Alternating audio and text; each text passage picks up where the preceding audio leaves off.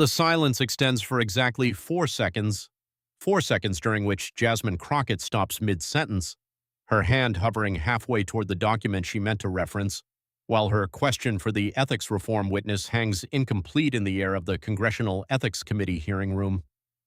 These are 4 beats where everyone in attendance realizes that a major shift has just taken place, marking a unique incident and a rare occurrence in congressional hearings that has just unfolded. The Speaker of the House has just interrupted a committee hearing for a panel on which he does not even serve. She's been pushing ethics reform legislation that threatens the comfortable system of minimal oversight and maximum plausible deniability that keeps powerful figures secure. Johnson is sitting there in his perfectly pressed dark blue suit, sporting his American flag pin placed exactly right on his lapel. He has that specific posture of religious righteousness he's cultivated so carefully over 8 terms in Congress. Leaning forward now, using both hands gripped on the chair in front of him, he looks as if he's preparing to deliver a sermon, which he actually is. Mr. Chairman, Johnson's Louisiana drawl carries that particular tone of moral certainty belonging to a man who has rarely questioned if he has the right to speak, signaling Ethics Committee Chairman David Joyce, who looks just as surprised as anyone else that the Speaker is interrupting proceedings. I apologize for this interruption, but I feel it is necessary, absolutely necessary, that we pause for a moment of reflection here. The room goes quiet in that way that means everyone knows they are watching a rare event. I apologize for this interruption, but I feel it is necessary, absolutely essential, that we pause for a moment of reflection right now. The room falls silent in a way that proves everyone knows they are witnessing an extraordinary event, with C-SPAN camera operators scrambling to get Johnson in the frame, while the livestream viewer count sits at 47,000 people who have no idea they are about to watch political history, thinking they are just tuning into another boring ethics hearing about disclosure rules and oversight mechanisms. Chairman Joyce, caught completely off guard, stammers, "Mr. Speaker, this is highly unusual." "I understand that, Mr. But when I hear questioning that seems to imply that good, decent, hardworking members of this body are somehow ethically compromised simply because of their adherence to traditional values and faith-based principles, I feel compelled by conscience, to remind everyone in this room of a fundamental truth." He pauses, letting the words hang in the air for exactly 3 beats. It is a practiced pastoral pause meant for maximum effect. Service in this institution requires not just legal fitness, but moral fitness. And some members seem to forget that their own conduct, their own rhetoric, their own approach to these sacred duties undermines their moral standing to question the integrity of their colleagues. Johnson's eyes lock onto Jasmine Crockett now. Service in this Congress requires not just legal fitness, but moral fitness. And some members seem to forget that their own conduct, their own rhetoric, and their own approach to these sacred obligations undermines their moral authority to question the integrity of their colleagues. Johnson's eyes lock onto Jasmine Crockett now, displaying that trademark look of sanctimonious judgment he has perfected, an expression communicating that he is not angry, just disappointed by her lack of Christian values.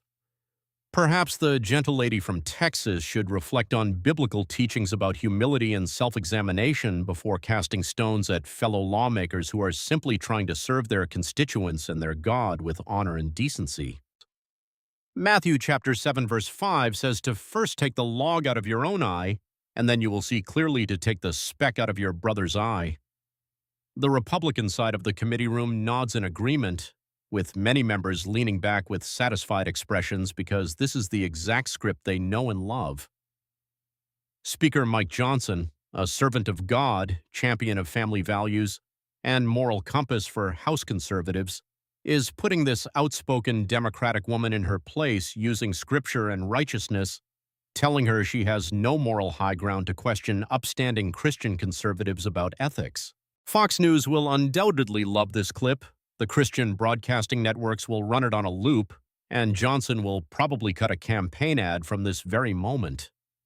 3 Democratic committee members look uncomfortable, weighing whether they should object to this unprecedented interference but not wanting to seem hostile to faith, navigating that impossible balancing act Democrats always face where defending themselves is framed as attacking religion. Chairman Joyce looks frozen, unsure of how to tell the Speaker of the House that he just violated every rule of committee independence and hearing decorum, while simultaneously knowing that standing up to Johnson means making himself a target for right-wing media and conservative activist rage. Meanwhile, Jasmine Crockett, whose questioning was interrupted 47 minutes in by a sanctimonious lecture about moral fitness and Bible verses from a man who crashed a hearing specifically to target her, does something that makes several people in the room immediately nervous because they know what it means. She smiles, and it is not a polite smile, nor a diplomatic smile, nor even an angry smile, but rather that unmistakable trial lawyer smile indicating you have just made a fatal tactical error and are too arrogant to realize it yet. It is the look witnesses on the stand learn to fear because it means the attorney holds a devastating piece of evidence, and you just gave her the perfect excuse to deploy it. It is a specific facial expression that essentially says, "Thank you for giving me the permission to completely destroy you." She pushes her prepared questions forward on the committee dais with deliberate finality, a simple gesture signaling to anyone paying close attention that the entire direction of the hearing has just profoundly changed. She reaches next to her nameplate where 3 binders are sitting, one red, one blue, and one green, filled with documents meticulously compiled over 3 weeks of research by her staff and 2 pro bono attorneys who used to work at the Congressional Research Service and know where all the secrets are hidden. She unsnaps the binders simultaneously and arranges them in a semicircle so the cameras can see they are real, substantial volumes packed with papers, tab dividers, highlighted sections, and sticky notes. They contain evidence that powerful men thought would stay scattered across various websites, databases, media archives, and congressional records where nobody would ever assemble them into a cohesive picture. "Thank you, Mr. Speaker," she says, her voice sounding completely different now, shedding the conversational tone of a committee hearing for the sharp prosecutorial edge of someone preparing to systematically dismantle a target. It is that distinct Dallas area prosecutor cadence that defense attorneys used to fear back when she was locking up criminals instead of exposing them in the halls of Congress. I appreciate the biblical lesson about taking logs out of eyes and casting stones, as that provides incredibly helpful context for what is coming next. The room falls silent in that electrified way that means people can sense a shift in the power dynamic, even if their brains have not fully processed what is happening.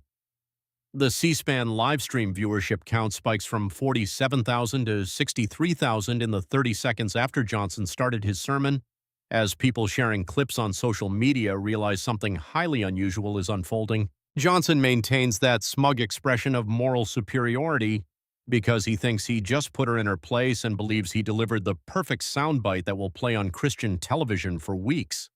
He has absolutely no idea what he has just set in motion. "Mr. Chairman," Crockett continues, her eyes staying locked on Mike Johnson in the back row, "I want to request something out of the ordinary. The witness currently sitting at the table has been incredibly helpful with his testimony regarding ethics reform, and I have no further questions for him at this time. But since the Speaker of the House chose to interrupt these proceedings to personally attack my moral fitness to serve in Congress, to invoke biblical standards of conduct, and to suggest I lack the standing to probe ethical issues," she pauses, letting the gravity of the moment settle in the room. "I would like to call Speaker Johnson to the witness table because since he raised questions about moral fitness, biblical principles, and removing logs from eyes, I think this committee and the American people would benefit from exploring those standards in depth, specifically examining whether the Speaker himself meets the ethical requirements he just invoked to attack mine." The resulting silence is absolute. Chairman Joyce looks like a man who was just asked to jump off a cliff, his mouth literally hanging open slightly because no rank-and-file member has ever called a sitting speaker to face questioning in a committee where they are not even a member.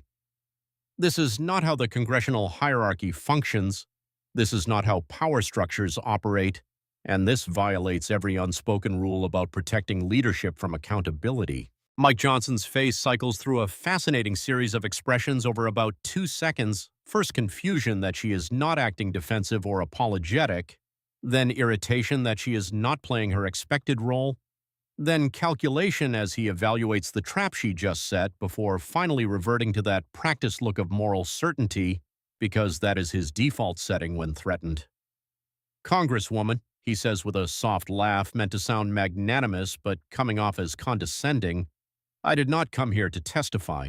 I came to observe and to offer perspective on the importance of moral fitness in congressional service, so I am not a witness. I am the Speaker of the House. I understand your title, Mr. Speaker, Crockett replies smoothly, her tone calm but carrying a sharp edge. But you just interrupted a congressional hearing to personally attack my fitness for office using biblical standards, making this personal and turning the focus to integrity, ethics, and who has the standing to question morality on Capitol Hill. So I am simply asking if you will agree to face scrutiny under those exact same standards you invoked, or do biblical principles about taking logs out of eyes only apply to other people? The trap loudly snaps shut. If Johnson refuses, he will look like a hypocrite who can dish it out but cannot take it, applying moral standards to everyone else while shielding himself from them and hijacking a hearing to preach while refusing to be questioned on his own sermon. If Johnson agrees, he will have to face questioning from someone who clearly has 3 binders full of evidence and the prosecutorial skills to use them to devastating effect. Either way, he loses, but Mike Johnson is a man who has spent 8 terms in Congress and a lifetime before that, never once doubting his own moral superiority, never imagining that anyone might actually hold him accountable for the massive gap between his righteous rhetoric and his actual conduct. He is so convinced of his own virtue that he honestly cannot fathom what Jasmine Crockett could possibly have in those 3 binders, truly believing he is spotless, his moral authority is bulletproof, and that holding the gavel while quoting scripture makes him untouchable. He is about to find out otherwise. Very well, Johnson says, standing up from his seat in the back row with that slight smile suggesting he thinks this will be easy, assuming he can just field a few questions about his faith, his service, and his commitment to Christian values, maybe quote a few more Bible verses, and walk away looking even more righteous. If the gentle lady wishes to waste the committee's time examining my record of faith-based public service, I am happy to oblige, as I have nothing to hide, and these next 5 minutes will probably be replayed a lot over the coming weeks. Johnson walks down to the witness table and settles into the chair with that posture of pious confidence, placing both hands flat on the table in front of him as a show of openness and transparency, his American flag pin catching the overhead lights perfectly. Chairman Joyce administers the oath with a visibly shaking hand.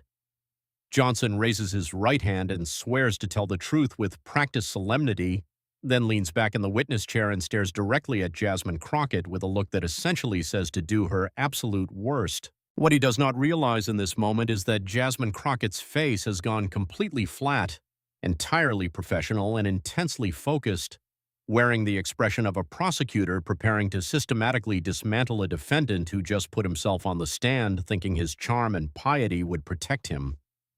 The C-SPAN livestream audience counter hits 91,000 viewers and continues climbing rapidly. Jasmine Crockett pulls the first document from the blue binder saying, "Thank you for taking the oath, Mr. Speaker," with her voice perfectly controlled. "Since you invoked moral fitness and biblical principles to attack my standing to investigate ethics on Capitol Hill, I think we should establish very clearly what those standards are. And not my standards or democratic standards, but your standards, meaning the moral and biblical rules you have publicly stated should govern congressional conduct." She places the piece of paper on the table between them. "This is a letter you sent to your constituents in Louisiana's 4th District on September 14, 2016. In it you state, and I am quoting your exact words here, that a member of Congress must be above reproach in all financial dealings, demanding total transparency, absolute honesty, and 0 hidden income or undisclosed affiliations, because the American people deserve to know exactly who their representatives serve and what financial interests might influence their decisions." Crockett looks up from the letter and stares straight into Johnson's eyes. "Do you still stand by that standard, Mr. Speaker, that members of Congress must remain above reproach in financial matters with total transparency and 0 hidden income?" Johnson, still looking completely confident, nods immediately and says, "Absolutely, I believe that deeply." "Yes or no, Mr. Speaker," Crockett cuts in smoothly. "Do you stand by that standard?" "Yes," he answers, and she says, "Thank you," as she pulls out a second document. This next item comes from your interview on the Christian Broadcasting Network on March 8, 2020. You stated, again using your own words, that we must hold ourselves to biblical standards in everything we do, which means practicing what we preach, living by the values we publicly champion, and serving as role models for our communities and our nation. You added that if we demand honesty from others, we must be honest ourselves, and if we demand accountability from others, we must be accountable ourselves, creating one standard applied equally with zero exceptions. She lets those words hang in the air for 3 full seconds. Do you stand by that statement, Mr. Speaker, regarding biblical standards, practicing what you preach, and using one equal standard with zero exceptions? Johnson's confidence remains mostly intact, though it is beginning to show tiny cracks as he replies, I affirm that my faith guides everything I do in public service.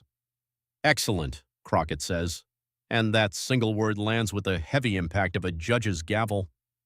Therefore, let us examine your conduct using your own standards, not mine and not this committee's, but your personal, publicly declared principles regarding financial transparency, biblical conduct, practicing what you preach, and applying one standard equally to everyone.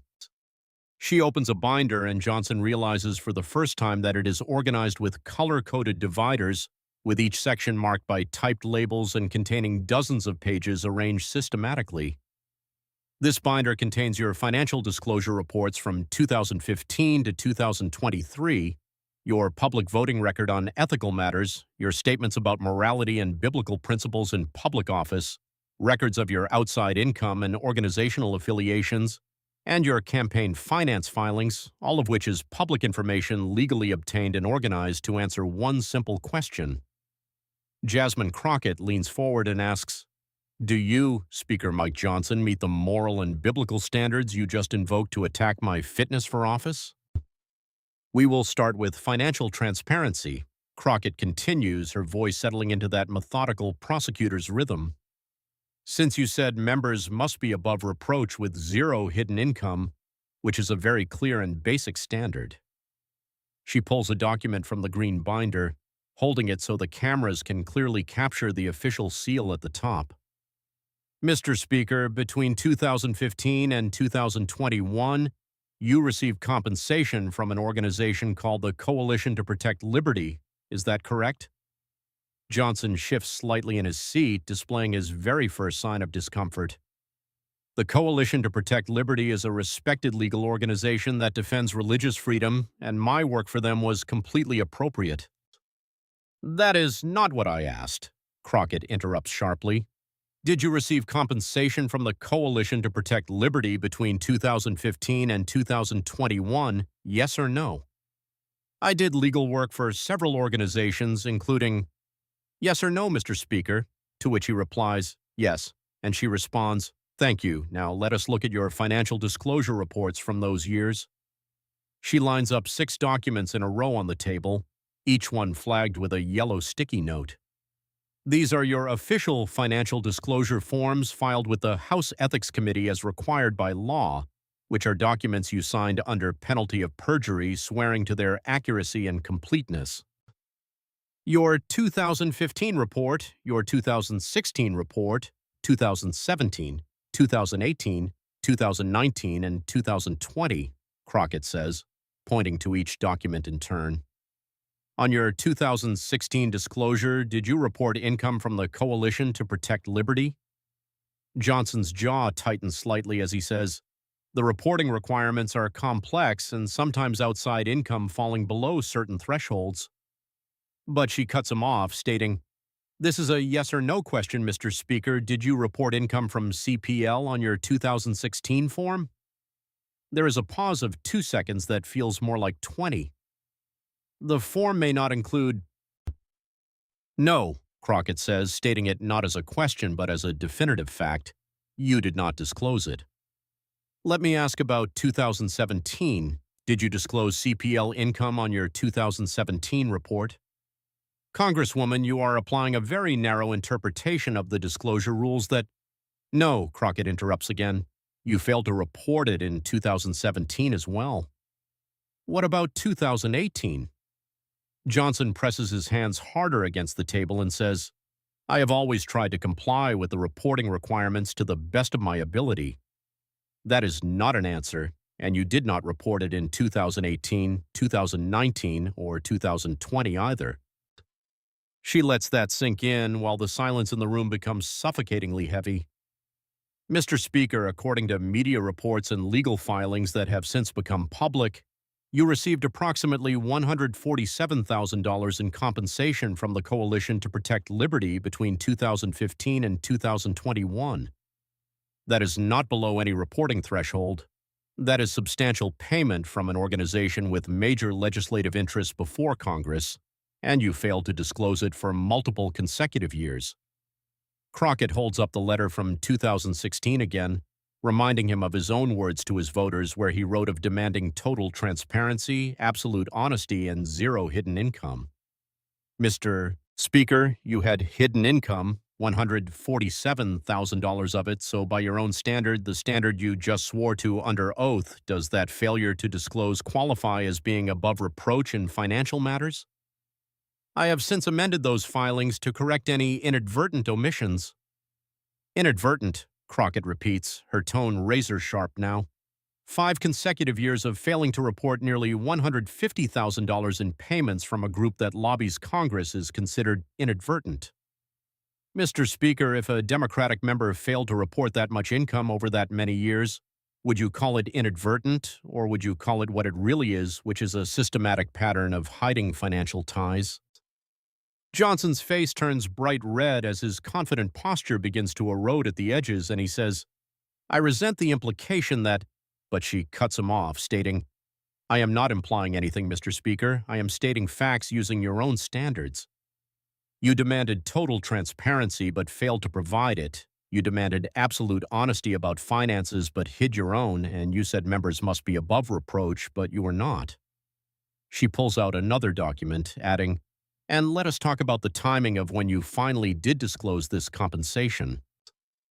You amended your filings in October 2023, just weeks before you became Speaker, not when the omissions originally occurred, and not when the media first raised questions about your ties to CPL, but only when it became clear those omissions might derail your rise to power.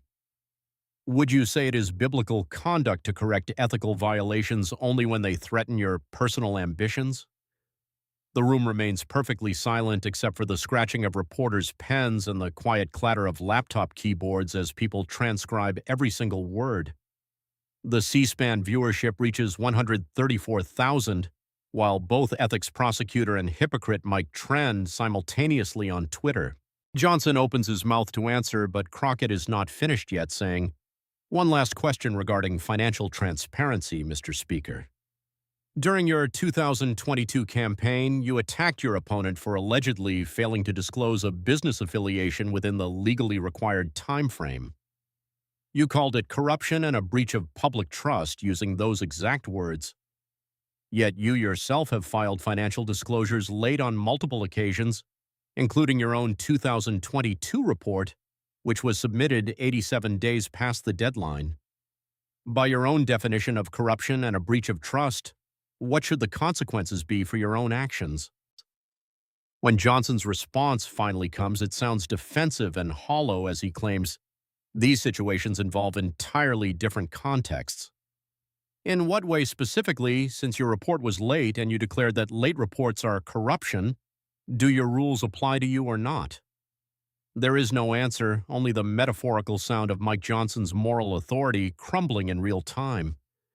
Crockett does not pause or give him any room to recover, moving immediately to the next topic like a prosecutor who knows that every second of delay allows the defendant to regroup. Let us move to your second standard, she says, pulling documents from the red binder. You previously stated, and I am quoting from that Christian Broadcasting Network interview again, that there must be one standard applied equally with zero exceptions. You have claimed on multiple occasions that ethics violations, quote, no matter how small, should disqualify members from leadership positions.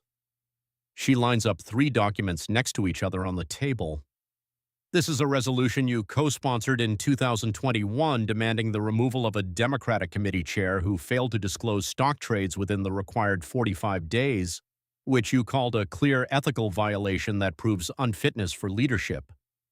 She points to the second document.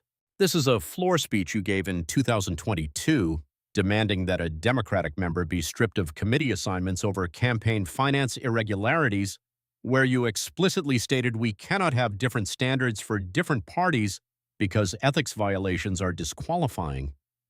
Then she points to the third document. This is a letter you signed with other Republicans demanding the expulsion of a Democratic lawmaker who misused campaign funds. You wrote that the integrity of this institution depends on holding every member accountable to the exact same ethical standards without exception or excuse. Crockett looks up from the papers, reminding him, one standard, zero exceptions, and ethics violations are disqualifying. Those are your own words, Mr. Speaker. Now let us examine your own record, she says, pulling a thick stack of at least 20 clamped pages from the green binder. These are records from the House Ethics Committee, the Federal Election Commission, and the Louisiana State Ethics Board. Let us go through them in order, she says, tracing her finger down a timeline she has prepared. In June 2017, you failed to disclose a stock trade in ExxonMobil within the required time frame, and the transaction was finally reported in October 2017, 4 months late. Do you recall this incident? Johnson, looking increasingly uncomfortable, tries to maintain his composure and says, I do not recall the specifics, to which Crockett quickly interjects, the committee records confirm it. In April 2018, you filed your annual financial disclosures 63 days late, and that is your signature on the form dated long past the deadline. In August 2019, your campaign committee was fined by the FEC for failing to properly disclose independent expenditures, which is a matter of public record. She continues down the list, with each violation backed up by hard physical evidence. January 2020 brought a late filing for a quarterly campaign finance report. May 2021 involved a failure to disclose a speaking fee from a corporate-funded event. October 2022 saw your annual financial disclosure filed 87 days late, as we just discussed. And in March 2018, a campaign finance amendment was required to fix the mischaracterization of expenses. Crockett sets the timeline down, letting the sheer volume of violations hang heavily in the air as she says, 7 documented ethics and reporting violations over 6 years, Mr. Speaker. Not 1, not 2, but 7. And that is only what is publicly documented. By your own standard, the very standard you weaponized against Democrats, every single one of these offenses is disqualifying because you stated that ethics violations, no matter how minor, prove someone is unfit for leadership. You are the Speaker of the House, the third highest constitutional officer in the United States, and you have 7 distinct violations on your record. She picks up the papers showing Johnson's past demands for Democratic accountability. When a Democratic representative filed a report 45 days late, you demanded immediate removal from committee assignments, yet you filed your own report 87 days late. When a Democratic member failed to report stock trades, you called for an ethics investigation, but you failed to report your ExxonMobil trade for 4 entire months.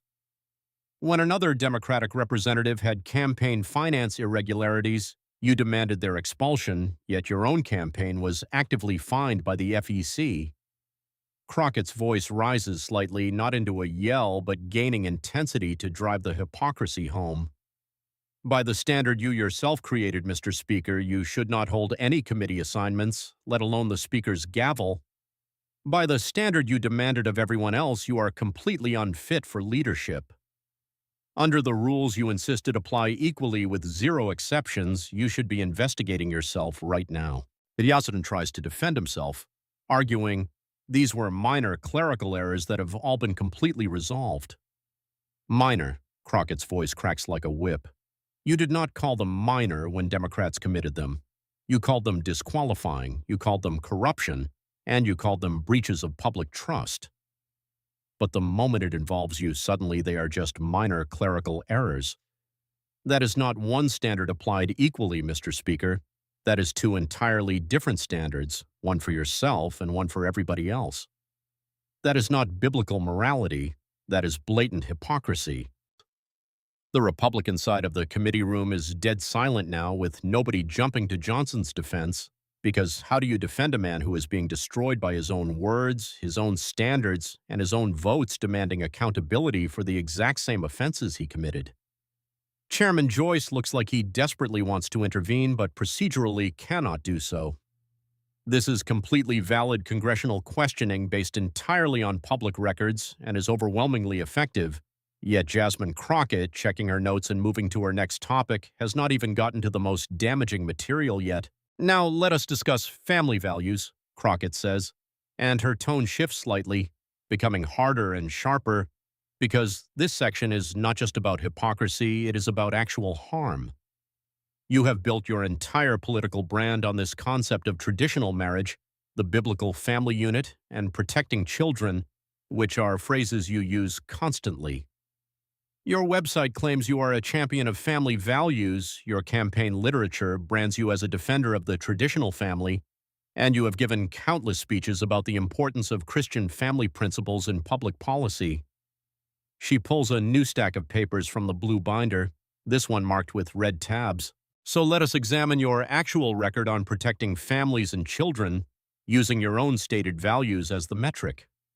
Crockett holds up a document that looks like a legislative summary. This is the Violence Against Women Act reauthorization of 2019, a bipartisan bill designed to extend funding for domestic abuse prevention programs, expand protections for victims, strengthen the enforcement of restraining orders, and provide critical resources for survivors of domestic violence. This legislation protects real families from actual violence, yet you voted against it. Can you explain how that vote aligns with your family values? Johnson shifts uncomfortably in his seat, clearly agitated by this line of questioning. That bill contained provisions that were problematic from a constitutional perspective, including clauses protecting LGBTQ victims of domestic violence, he begins before Crockett cuts him off. That is exactly what you opposed, not the legal framework or the funding mechanisms, but the extension of protections to LGBTQ people, because in your definition of family values, certain families simply do not deserve to be protected from abuse. Is that correct? I support protecting all victims of violence, but that specific bill, he starts, prompting her to interrupt with, "You voted against it, Mr. Speaker. Yes or no, did you vote against the Violence Against Women Act reauthorization?" "Yes, but," he concedes, to which she replies, "Thank you," pulling out another document. The Child Abuse Prevention and Treatment Act reauthorization provided funding for child abuse prevention programs, support for foster care systems, and resources for investigating and prosecuting child abuse cases to protect real children from real harm, and you voted against it. Family values, she notes sarcastically, as Johnson's face turns bright red once again. That legislation involved federal overreach into state matters and included funding to investigate abuse within religious institutions, he argues, before Crockett cuts in with a sharp tone. That is what you opposed, because apparently your version of family values means protecting institutions over protecting vulnerable children. She does not pause for his response now, rapidly building a systematic pattern document by document. The Kids Online Safety Act included age verification requirements for adult websites, protections against online predators, and funding for digital literacy programs to keep kids safe on the internet, and you voted no. You claim those regulatory mechanisms raised First Amendment concerns, yet you publicly admit to using the Covenant Eyes tracking software with your own son. You have talked about it in interviews, making your personal choice to monitor internet usage part of your public brand and marketing yourself as someone who takes digital safety seriously, but when given the opportunity to vote for sweeping protections that would safeguard millions of children rather than just your own, you voted no.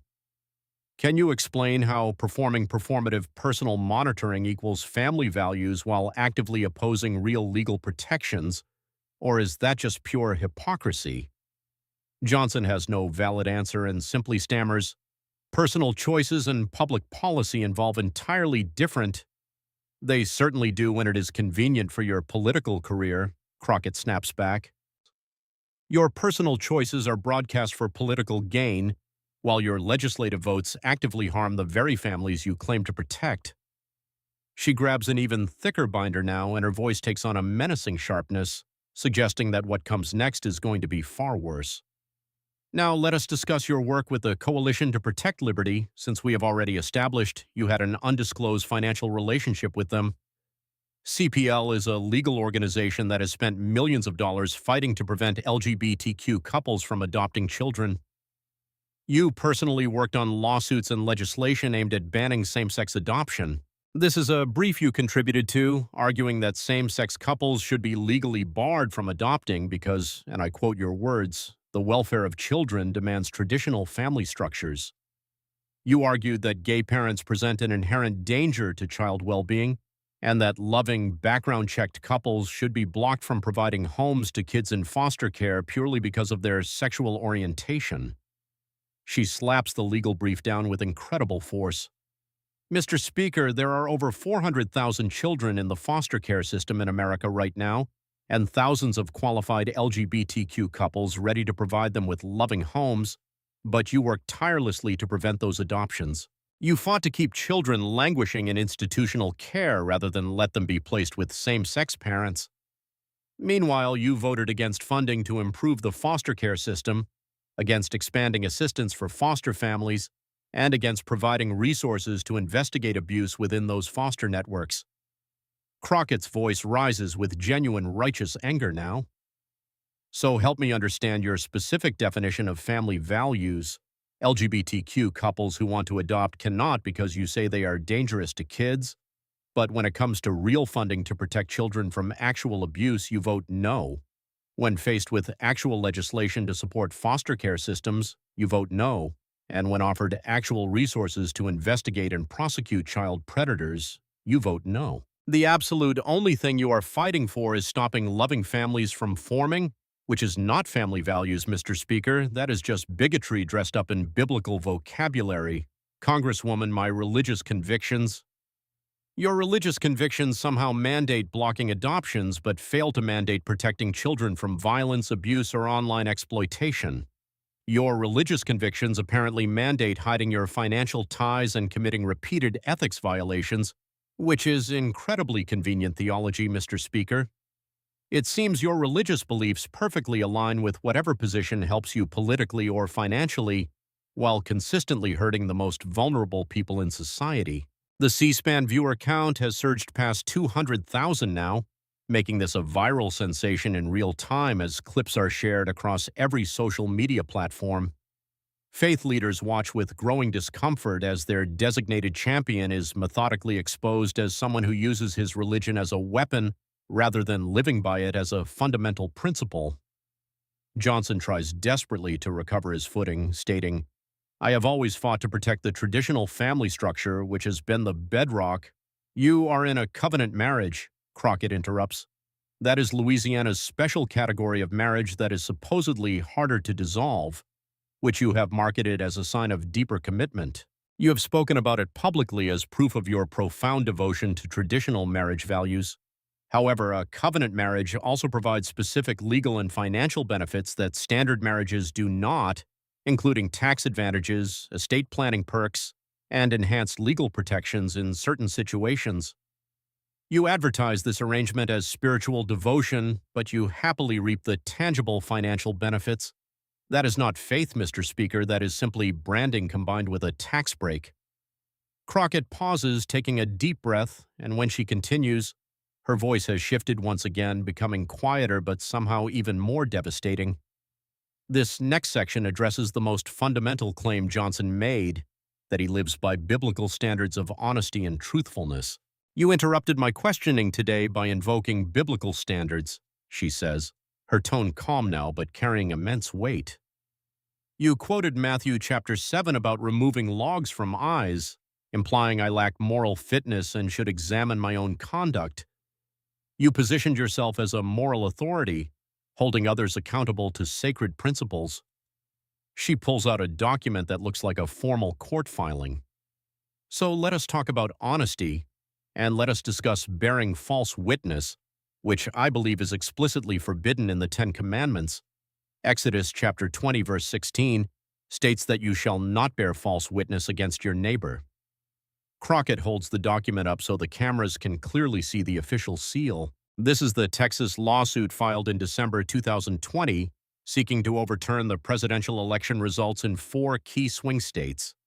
This lawsuit alleged widespread voter fraud, illegal voting procedures, and unconstitutional election protocols. The suit asked the Supreme Court to throw out millions of legal votes and reverse the outcome of the 2020 presidential election. You signed on to this lawsuit, Mr. Speaker, meaning your name is on the legal brief supporting these massive claims. Yes or no, did you sign your name to the Texas election lawsuit? Johnson, realizing there is absolutely no way to deny public record, answers, I joined many of my colleagues in supporting valid legal questions regarding yes or no, she demands, to which he replies, yes. Thank you. And now let us acknowledge that every single claim in that lawsuit was thrown out by the courts, and not just dismissed, but found to have zero evidence. There was zero evidence of fraud, zero evidence of illegal voting, and zero evidence of unconstitutional protocols. 63 separate court cases, overseen by judges appointed by both Republicans and Democrats, conservative judges, liberal judges, and Trump-appointed judges, all found zero evidence for the claims you supported. She pulls out a massive stack of papers. These are just some of the judicial rulings. The Wisconsin Supreme Court found zero evidence. The Pennsylvania Supreme Court found zero evidence. Georgia recounts found zero fraud.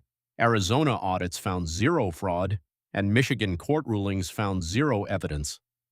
Every audit, every recount, and every investigation found zero evidence for the claims you made under oath. Crockett drops the stack onto the table with a loud thud.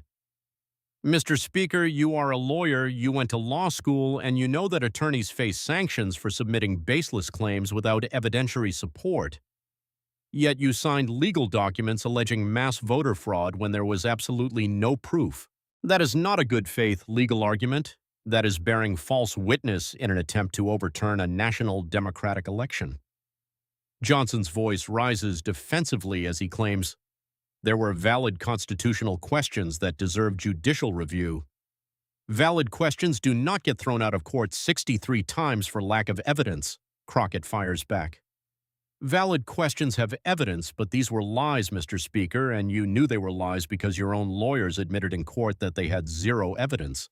In the Pennsylvania case, when the judge directly asked Trump's legal team if they were claiming fraud, they said no because they knew they would face sanctions for lying to the court. Yet you had absolutely no problem signing documents making those exact claims to the American public.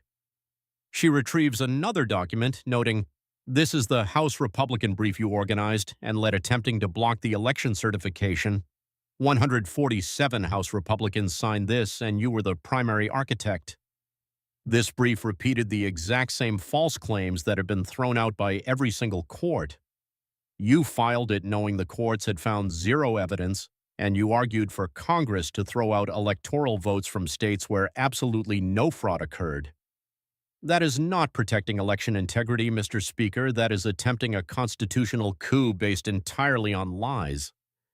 Crockett's voice drops to a hushed, lethally serious tone. The 9th commandment says you shall not bear false witness, yet you bore false witness about a national election. You signed legal documents containing claims you knew or should have known were entirely false. You orchestrated congressional efforts to overturn an election based on fabrications. 81 million Americans voted for President Biden, and you tried to cancel their votes using absolute lies. She pauses, letting that sink in before continuing. And those lies led directly to January 6th, when a mob attacked the Capitol, injured 140 police officers, threatened to hang the vice president, and tried to stop the constitutional certification of electoral votes. That violence happened because people believed the lies that you and others intentionally spread. The lies you signed your name to, the lies you repeated even after 63 courts said there was zero evidence. Johnson tries to interrupt, insisting, I never endorsed violence. You endorsed the lies that incited it, Crockett replies with a firm tone. You lent credibility to a conspiracy theory that led directly to an attack on the Capitol where 5 people died, 140 officers were injured, and democracy itself was threatened. And it happened because you and others bore false witness about an election, blatantly violating the biblical commandment you claim to hold sacred. She pulls out one final document, which appears to be a transcript. Even after January 6th, even after the violence, and even after multiple members of Trump's own administration testified under oath that the election was secure, you kept making false claims. This is an interview you gave in February 2021 where you stated, quote, "There are serious questions about election integrity."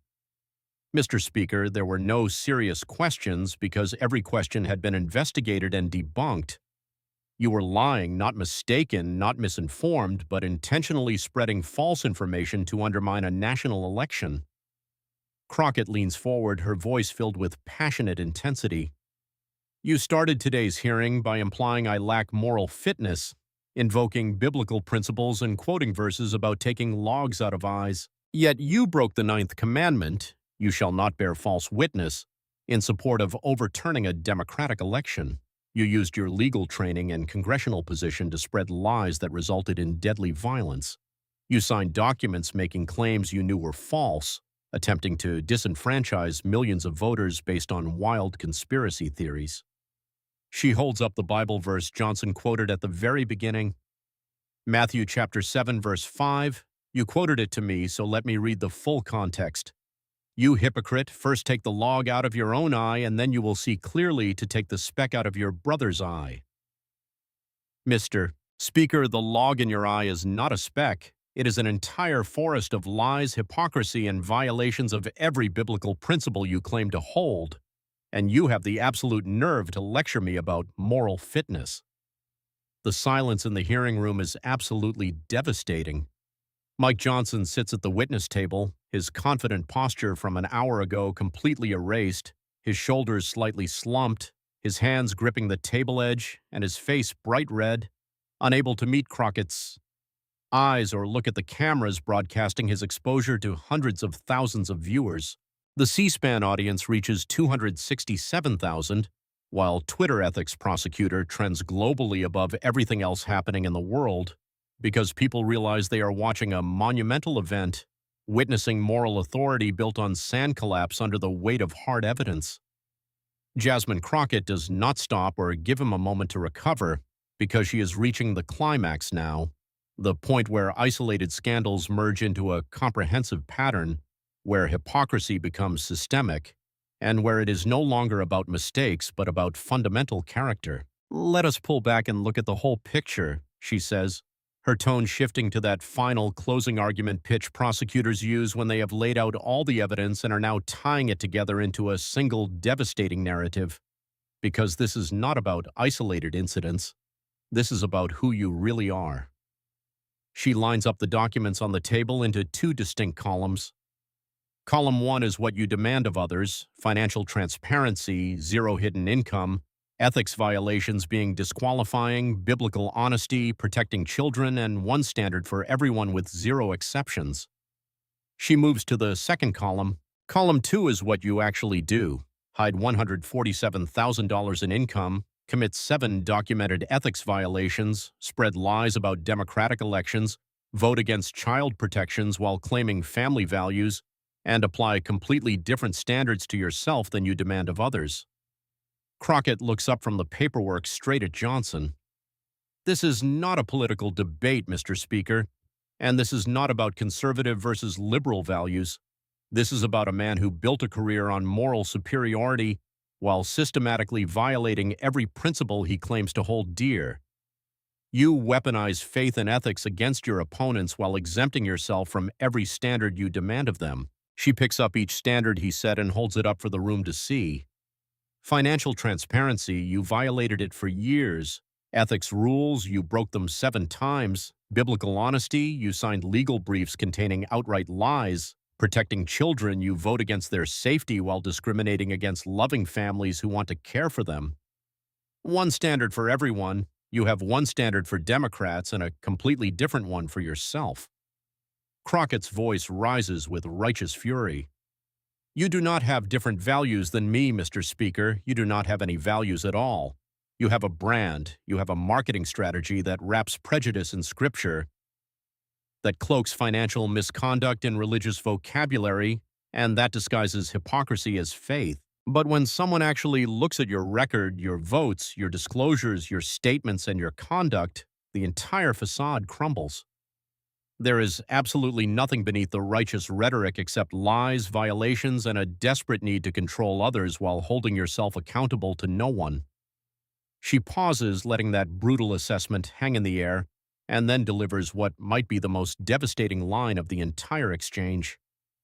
You interrupted my questioning today to lecture me about moral fitness, invoking biblical principles and suggesting I should examine my own behavior. But, Mr. Speaker, I am not the one with 7 ethics violations. I am not the one who hid $147,000 in undisclosed income. I am not the one who signed legal briefs containing lies about a national election. I am not the one who votes against protecting children while claiming to defend family values. I am not the one who demands impossible standards from everyone else while completely excusing myself. Jasmine Crockett stands up, gathering her 3 heavy binders together. By every standard you have publicly declared, by every metric you have demanded of others, and by every biblical principle you invoke to attack me, you are morally unfit for the office you hold, and that is not my judgment, that is yours. I am simply holding up the mirror, and the reflection is profoundly ugly. She looks directly into the broadcast cameras. The American people deserve leaders who practice what they preach, who hold themselves to the exact same standards they demand of others, who do not hide behind faith while violating its core tenets, and who do not weaponize morality while possessing none themselves. Speaker Johnson is not that leader. His record proves it. His own words condemn him, and the evidence is absolutely undeniable. Crockett sits back down and snaps her binder shut. The evidence delivered and the case definitively closed. I have no further questions, Mr. Chairman, as the record speaks entirely for itself. Chairman Joyce, who has remained completely silent throughout this systematic demolition, looks like someone who just watched a horrific car crash in slow motion and could not look away. He finally stammers, "Mr. Speaker, would you like to respond?" Mike Johnson sits frozen at the witness table and for several long seconds cannot bring himself to speak. How do you respond when someone has just used your own words, your own standards, and your own violations to completely expose you as a fraud? How do you defend yourself when the prosecutor has not merely made accusations but methodically presented undeniable proof? When he finally does speak, his voice lacks all the confidence and moral certainty from just an hour ago, sounding incredibly defensive and hollow. These are complex situations being presented in a very unfair light, taking my record out of context and misrepresenting my positions and my faith, and I believe the American people can see this for what it is: a partisan attack designed to undermine conservative Christian leadership on Capitol Hill. The response is so weak and so obviously inadequate that several people in the hearing room actually grimace in secondhand embarrassment. Crockett, remaining seated, replies without even looking at him, addressing the cameras instead. I used your own words, Mr. Speaker, your own votes, your own financial disclosures, your own ethics violations, and your own legal briefs, which is all public information and fully documented. If your own record undermines you, that is not a partisan attack, that is accountability, which is something you demand of everyone else but apparently cannot handle for yourself. She pauses for a moment before adding, "You are excused now. We are completely done here." That dismissal, calm and final, is somehow even more devastating than everything that came before it because it shows she is not angry or vindictive, just completely finished with someone who wasted her time with moral lectures while being ethically bankrupt himself. Mike Johnson stands up slowly, looking noticeably smaller than when he first walked in, and steps away from the witness table without another word. He leaves the hearing room while 273,000 people watch live on C-SPAN, knowing millions more will see the clips later, leaving behind 3 binders full of evidence that destroyed his moral authority in under 90 minutes. The hearing resumes with other witnesses, but absolutely no one is paying attention to that now, as the story has already been written and the clips are rapidly circulating online. The great moral crusader has been ethically ruined by his own standards, using his own words, and employing evidence he thought would stay buried forever. Within 2 hours, the footage becomes the most popular content on every single social media platform in America, with phrases like Twitter ethics prosecutor and hypocrite Mike and Crockett receipts trending in the top 5 spots globally. The full unedited footage posted by C-SPAN garners 3 million views in under 90 minutes, while clips of specific moments, like the financial disclosure segment, the family values hypocrisy, the election lies confrontation, and the final dismissal, are shared by thousands. YouTube commentators and various broadcasters immediately repost the entire hearing with dramatic titles like Mike Johnson destroyed by his own standards and Jasmine Crockett prosecutes the ethics preacher, while the full session video gathers over 5 million views as the hearing nears its conclusion.